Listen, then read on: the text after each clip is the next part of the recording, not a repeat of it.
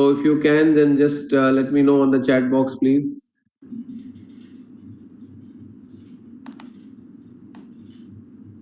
All right, lovely. Thank you very much. So welcome to this briefing. So we've got 3 subjects. So in this revised pattern of examination, we have got all the components will be completed in one day.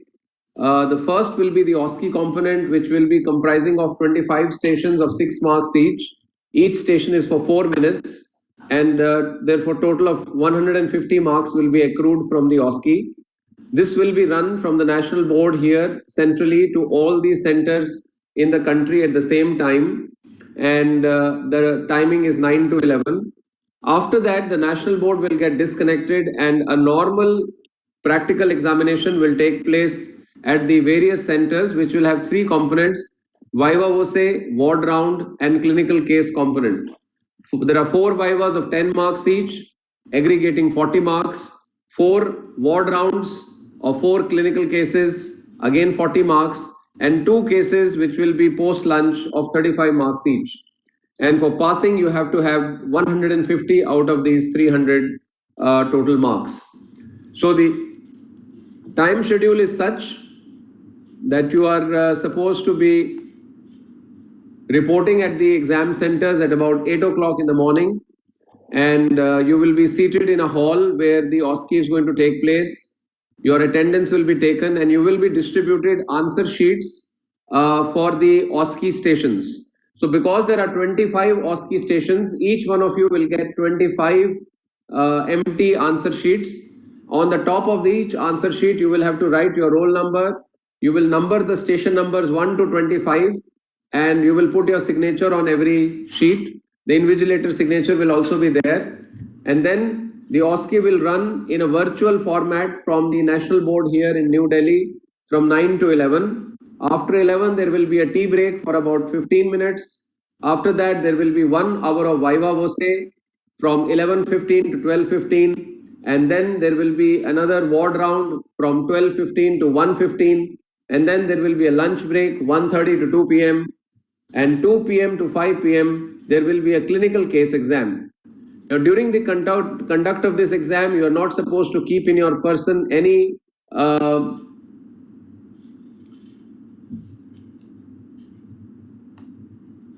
so there are some people who are saying that you're not able to hear me. So please give your answer whether you are able to hear me. Otherwise, that's a local problem. So if you can answer, if you can hear me, say yes. Yes, so everyone can hear. So please do not disturb the presentation by saying that you're not able to hear me, because otherwise the whole, the fluency of presentation will not be there, and I'll be missing out some important points for all the others. So if you're having any audio or video problems, it is at your end, not at my end. All right? Okay. So with that, we continue. So you are not supposed to have any electronic gadget, mobile phone, smartwatch in your person. It should be switched off and handed over to the invigilators at the start of the exam. Now I'm repeating, there is no need for you to bring your logbook or your thesis to the exam center. They are not going to be evaluated. Tea and lunch will be provided at the exam center, so you don't need to be worried about it. So how you would come to the exam center? You should have your mask, you should have your white apron or overall, you should have the clinical gadgets required for conducting a clinical case exam of your own. For example, a stethoscope, a hammer, a measuring tape, a torch, whatever is required for your particular specialty in general medicine, pediatrics, and general surgery, you must carry in your own person. And the hand gel will be given by the hospital to all of you, and appropriate COVID appropriate behavior will have to be followed. So that is all the general common sense about how you have to come to the exam center. If you are coming with any symptoms, there are strict instructions given to the organizers not to allow you entry into the exam. So if you are found with fever, if you are not well, you will be not allowed to get into the exam area, and the report will be made and signed, and you can then appear in the next examination. You must know that your welfare is as important as the welfare of all the other people in the exam area, and therefore it is just not correct if you're having any symptoms to come to an exam center and expose all the other people who are there, including the examinees and the other hospital staff and other examiners helping in the conduct of the examination, to be exposed to any kind of infection. So this is the type of admit card that all of you will be getting, and it is just to show you that it has having a COVID-19 e-pass, and we have given the instructions to all the state administrators and police authorities that this COVID e-pass must be respected, and therefore you should not face any problem in case there are some local restrictions imposed by the administration in movement, and you should be able to reach your destination in good time. Having said that, just like a normal advisory is given for reaching the airports, please reach your exam center, exam city well sufficient in advance in time, and not make it for the last moment, because after 8 o'clock your entry to the examination area will be prohibited. Now, once you are all seated inside the hall with social distancing and you have been given the answer sheets which you have filled up, you should get ready for the OSCE stations which will run from the National Board Command Center. You will be seeing the stations just like you are seeing the PowerPoint today here with me. There is, in the normal OSCE, we rotate in the various physical OSCE stations in a clockwise or anti-clockwise manner. From one station, you move to another station. Here, the OSCE stations are moving in front of you, so you do not need to move. You are all seated in one hall, and you are just watching the screen, and each station is coming in the form of slides into you, and you have to just answer that in the vacant answer sheet. So the time allotted for each question will be displayed on the screen. The questions of the station may be in one slide, it may be in 2 slides, it may be in 3 slides. So the number of slides that are there are also shown on the top left-hand side corner. The time allotted for that particular slide is shown on the top right-hand corner, and 4 minutes are given for every station. And after every 7 stations, there is a rest break for about 4 minutes. It is in this period you are not supposed to leave the examination hall. It is only meant to give you a little break from the continuous staring of the screen. Close your eyes, rotate your neck, stretch your legs a bit, but remain seated wherever you are.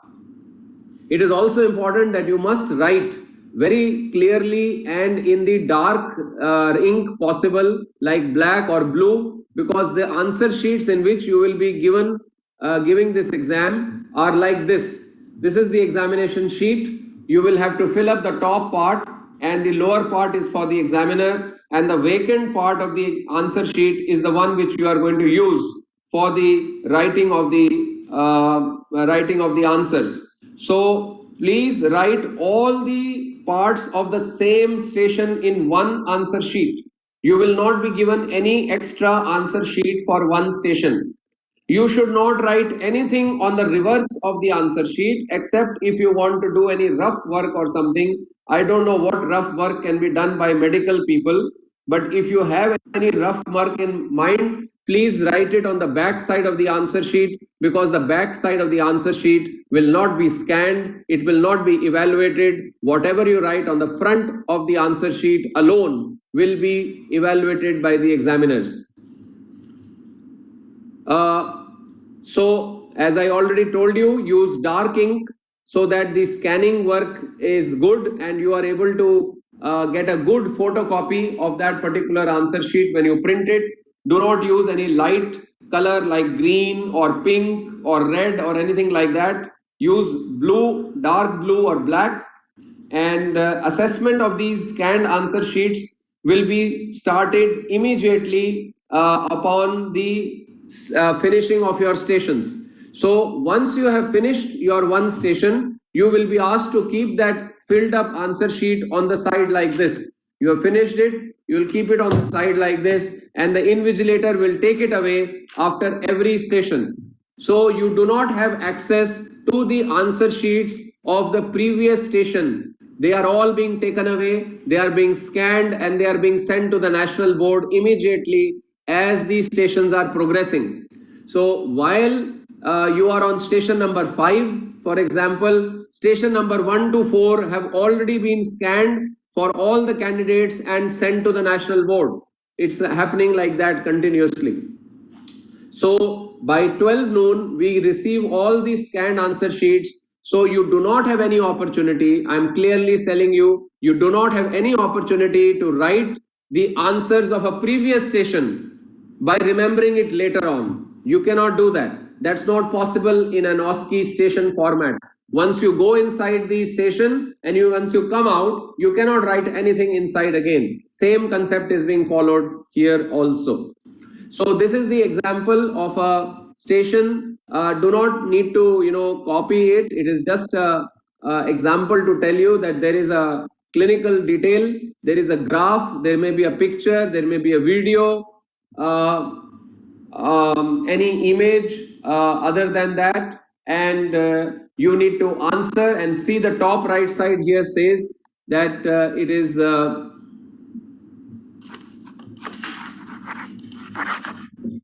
the time is 2 minutes. So the time is going to start, clock is going to start, and backward time, as you can see on the screen, will start.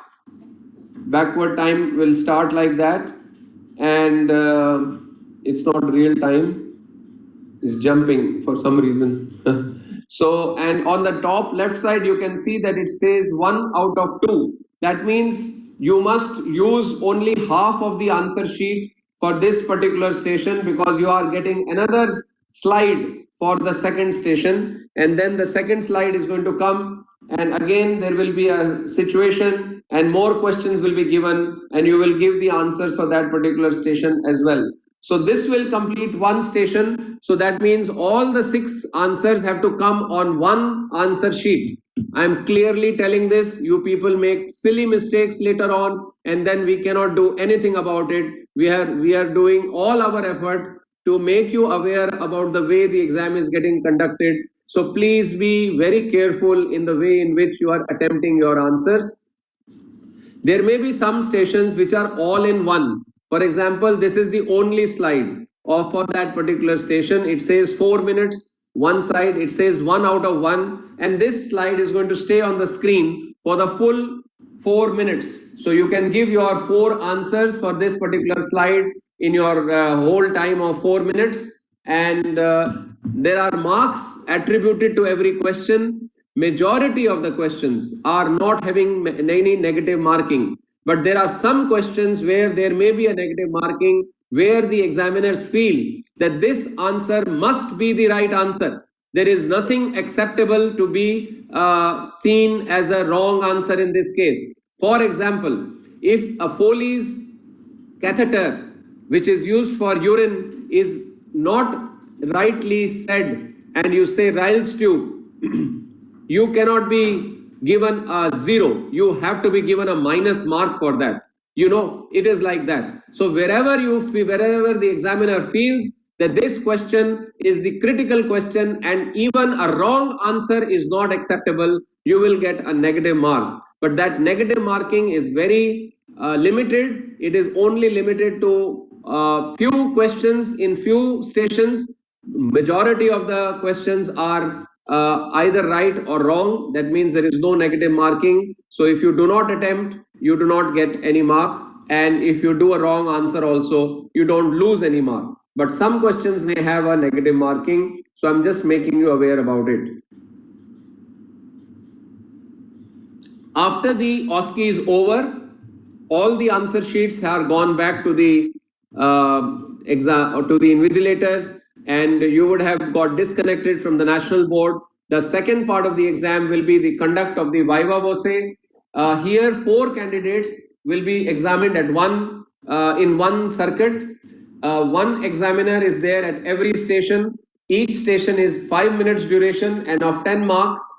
Each examiner gives individual marks. Candidates will face all the 4 different examiners, and we have got viva voce topics which will be asked, and I'm going to tell you the viva voce topics just now. So for medicine, the 4 topics of viva are recent advances in medicine, emergency medicine including poisonings, drugs, and instruments and procedures. For general surgery, the 4 topics are surgical pathology, radiology, operative and instruments, and recent advances and research methodology. For pediatrics, the 4 topics are neonatology, including neonatal resuscitation, outpatient / ambulatory case, emergency / intensive case, and social pediatrics, including immunization and vaccines. So once again, the 4 topics for general medicine and general surgery, have a look at it.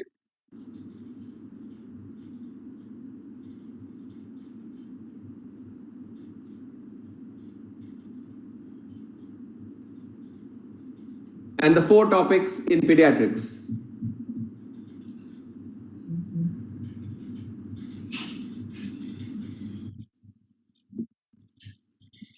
Now, 4 candidates will go in the circuit at one time. One of you will go into each viva station. After every 5 minutes, there will be a bell and you will change your position. So in 20 minutes, 4 candidates will finish their viva. Now, in case there are 10 candidates in one place, then there may be a dummy station, which may be in the form of a rest station, like a chair. And 5 candidates will go in one go, and 25 minutes time, you will finish all the 4 stations. And then next 5 candidates will come and they will do their viva in 25 minutes again. Now, we have given clear instructions to all the centers that all the candidates who have finished with the viva, they will be kept separately from the candidates who are waiting for the viva. So the candidates who have done the viva cannot meet the candidates who are waiting for the viva, so that no person is in any advantage or disadvantage at all, because the examiners are likely to ask similar questions to all the candidates. And so for a fair examination, we will keep these groups completely segregated. So do not have any problem, any tension that someone will know the answer or someone will not know the answer. No, nobody knows the answer because nobody has met anyone else. Now, at the end of the viva, which is 1 hour, again there will be a ward round, which is similar rotation to the viva voce. Each ward round is a case, and one examiner is sitting with that case with a small history, which may be presented by the examiner or it may be printed out in a sheet. And again, 4 or 5 of you will enter the circuit. You will go from one center to the other one case to the other case, and in 20 minutes or 25 minutes, you will finish whole 1 round. So once again, the cases here are likely to be real patients. In case they are real patients, they will all have to be RT-PCR negative. In case they are healthy human volunteers, then there is no problem about it. But we will ensure that that they are all tested negative. Now, every examiner gives independent marking, and candidates will therefore face all the 4 different examiners. So again, 5 minutes, 10 marks each, 40 marks are aggregated from the ward round. Now, what do you expect in the ward round? Ward round can be a spot case. It can be a case where you may need to do some very quick examination. For example, I tell that there is some swelling in the neck, and kindly show me how you will examine this neck. So the person may like to show how to do the examination of the neck. Something which can be done in 5 minutes, something that can be done in less than 5 minutes, because 1 minute there will be a history, and then in the next 4 minutes you will be performing the skill or the examination or answer the question, whatever it is. There could be in a surgical case, there could be a post-operative case who has had a surgery, and there may be something related to post-operative case. In medicine and pediatrics, patient may have had some procedures done, and again like that. So you can have a mix of cases like you see them in a ward round in the normal clinical situation. So at the end of these 2 rounds, there will be a lunch break and after lunch break, then the clinical exam component continues. There are 2 cases of 35 marks each. Now, the first case out of these 2 cases is a virtual case in the form of a PowerPoint series of slides, about 8, 10 or 12, 15 slides with history, examination, investigations, management. There will be a room in which there will be a desktop or a laptop. The candidate will come and get seated there. 2 examiners are there together, and you will have a viva voce on the virtual case. Now, the virtual case is going to be sent by the national board to the entire country for that particular subject at 1 o'clock. That means just before the start of this exam at 2 o'clock. It will be sent there, and so a viva will take place. And the second case is a clinical skill based case where you are supposed to show your skills which are required for your particular specialty. That means in general medicine, pediatrics, or general surgery. So again, 2 examiners are there. Both examiners are going to give your marks independently. They will not discuss with each other what to do, whether he should be given this or that. Whatever marks are decided, they will give individual marks, and average marks will then be added at the end of the day. So this is the component of the example of the scenario of a case of neurology. There is a history. You will be asked some questions about the history. More history points will be given, and you may be asked more questions. You may be asked what else you would like to ask, depending on the situation from one case to the other. Some examination components will be given to you, and you may be quizzed about that, how you will do the test, what will happen. So anything can be asked related to the particular scenario that is being discussed. More examination component will be asked, and you may be asked about more tips and tricks about managing this particular case. Finally, you will be asked to give your differential diagnosis and your right diagnosis, and then you will be showed some investigations, and you should be able to say what is seen in the investigations, what investigation it is, and more investigations and more, a viva like that, you can come and more discussion can take place. So really, that is about all that I wanted to tell you, that we have given you the whole briefing about this examination. And now I will quickly address the questions that you have. Something is funny.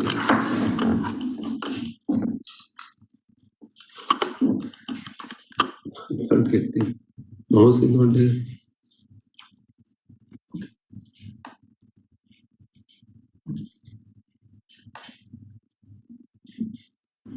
So let us see the questions.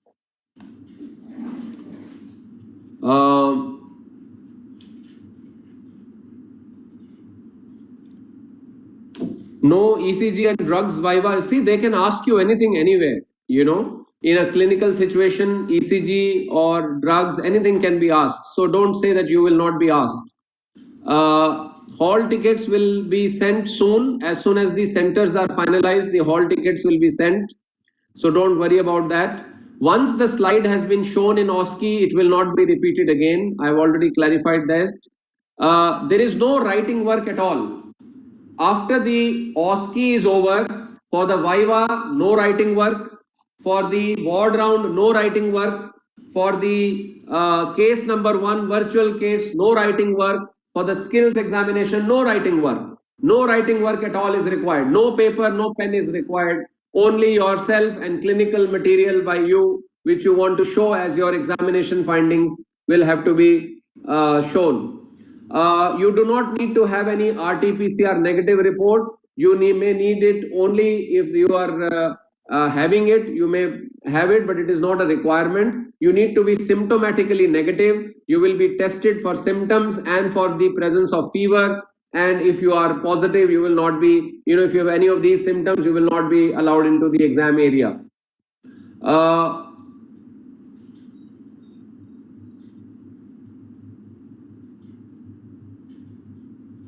No, there is no indication for the question on negative marking. That is the whole idea. We don't want to give you the indication. We want to make it a little bit interesting so that you should know what you should answer or what you should not answer. If you do not answer, that also is considered as a negative mark, because you are not committing yourself. Centers will be allotted according to the state of your training. Wherever the training state, there only the centers are be there, but not your own hospital. It will be a different hospital. We will try to ensure that whatever pictures are shown to you, they are clear, they are easily visible. So if earlier there was anything like that, then I duly apologize on behalf of the board, but I will ensure that whatever slide is shown is as clear as possible to the best extent. There is no grace mark in practical exam. There are only 8 grace marks out of 200? No, out of 400. Out of 400, there are 8 grace marks in theory. There is no grace mark in practical, not even 0.1 mark.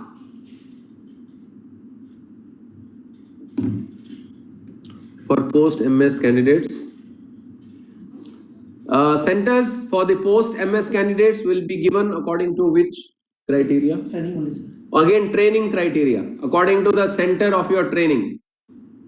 If you are working in Maharashtra doing your MD, MS, then a center in Maharashtra will be allotted to you. We are doing this to minimize your travel so that you don't have to do interstate travel. Basically, that is the thing. The whole idea of this OSCE examination is to make your examination easier, uniform, more objective, more structured, and we are getting very high pass marks. Passing rate has improved over the last 1 year. And so I am wishing and hoping that you all pass this exam and pass through the gate and take your degree on the other side. Having said that, we are going to ensure that you are really deserving for that particular degree. And therefore, you have to show your mettle that you have worked in 3 years in your specialty, you know it, and you will get it. There is no reason why you should not get it. So, if you are staying in a different state, then you will have to be ready for a center in the state in which you did your training, because it is not possible for my department to give you individualized centers. It is thus not possible to do it.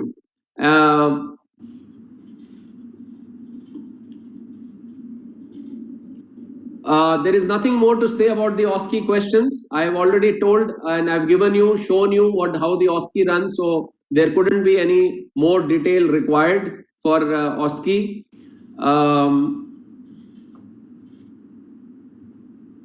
All the marks are total 150 OSCE plus 40 Viva plus 40 ward round plus 70 practical case equal to 300. Total, you get 150 and above, you pass the exam.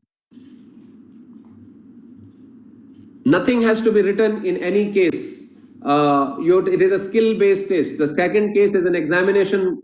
Show me whether you can hear a murmur in the heart. What do you want to write? What paper and pen will do when you want to show me how do you auscultate for a diastolic murmur, or to look for the spleen, how to show the spleen, or how to do the palpation of a dorsalis pedis artery, isn't it? So there is no role of a paper and pen. It is your clinical skills that are being tested. There is no need to bring your logbook and thesis work. I already told you, I think you have joined late. No thesis evaluation, no logbook evaluation. It is evaluation of yourself as a clinical person who has completed the training in general medicine, general surgery, and pediatrics. You have passed the theory exam and you are coming to show your acumen in practical skills. Do each of us get our own tabs to view us? No, there is no tabs. You will be writing. Where are your tabs? You are seeing the question on the screen and you are going to answer in the answer sheet, which is white, A4 size, Balarpur Industries Private Limited paper or some other paper, and you will be writing it with a pen and paper, answer sheet or the OSCE. You are not writing it on a tab. There is no writing work at all after the OSCE exam. There is no need to write. You have to look for the local requirements of travel. I am not at all in control of the local requirements of the travel. If you have to take a flight and the flight wants you to check the status of RT-PCR, then that is not my control. It is to be done. It is compulsory citizen requirement. So whatever is required from a citizen of India, you will have to comply as a citizen of India for that particular state.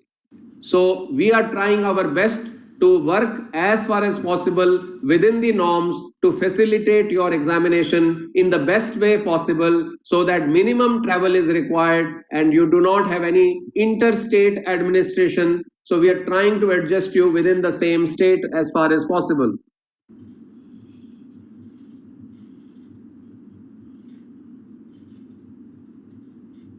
How is the second case of 35 marks will be evaluated if there is no writing? So if I ask you to show me spleen, how to do the examination of a spleen, what amount of writing will you do to show me how do you examine a spleen on a patient? You do not need any writing work there, isn't it? So I hope that is clear from Jignesh. And no, don't need to ask privately. Everything is public here. So if you write anything privately, I'm going to announce your name so that you are known to the whole of the group. So whatever are the topics of your Viva, they are very clearly mentioned. So please, you are MBBS 6 years, then you are 3 years of DNB, 9 years. So you are all mature people. You are now in between your 26 and 30 years of age. So don't ask me questions like what is research methodology in the Viva.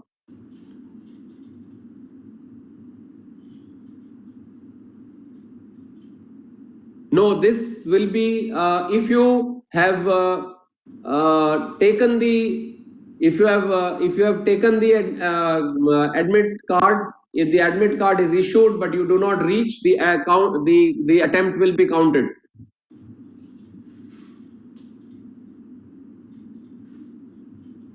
Any person where the admit card has been issued but you are not reporting at the center for any travel reason, then and if that is because of a travel reason, you were not able to come, there was some exigency, then you will need to write to us individually. In that case, the national board will take a specific decision to relax the counting of it as an attempt. Otherwise, if you are issued an admit card and you do not report at the center, your attempt is counted.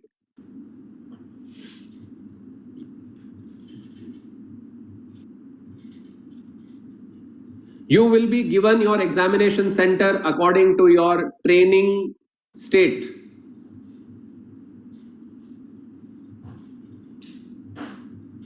Cost of lunch, right. So National Board of Examination takes pleasure in hosting you to the snacks, teas, lunch, and post-lunch. Everything will be complimentary at the site. So don't worry about it. More importantly, concentrate on your exam. You are all done very hard work during your COVID pandemic. We are very grateful to you. The entire nation is grateful to the hard work that you have done in the delivery of care during COVID-19. These have been challenging times. Your training also has suffered in these times. So we want you to go through this examination process and you should come out at the other end with success. And we want all of you to pass the exam. So I hope you have enjoyed this webinar and we have been able to address most of your questions. I hope this webinar was useful to you. So please attend the exam with all the sincerity as far as possible, and wish you all the best once again.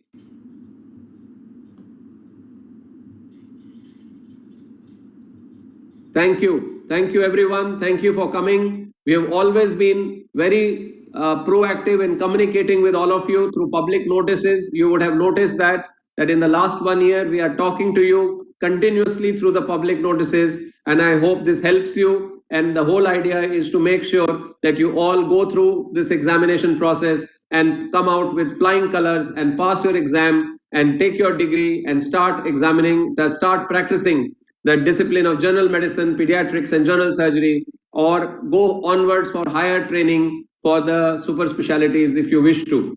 So thank you very much.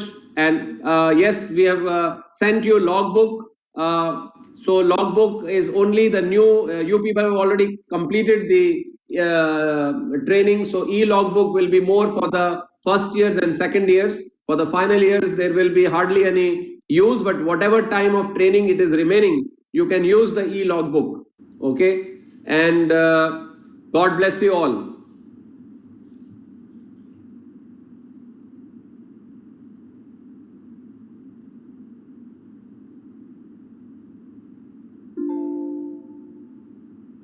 Training extension has been very clear. The COVID extension is applicable till the first years come in, your training is extended. That's already there, a decision from the National Board as well as from the National Medical Commission. The training is extended till the joining of the first year candidates for the NEET PG. And you should be paid your stipend or salaries through the period when you are doing this training. So that is already clear to you. So God bless you all. Many good wishes from all of us at the National Board here, so that you do well in this in the forthcoming exams.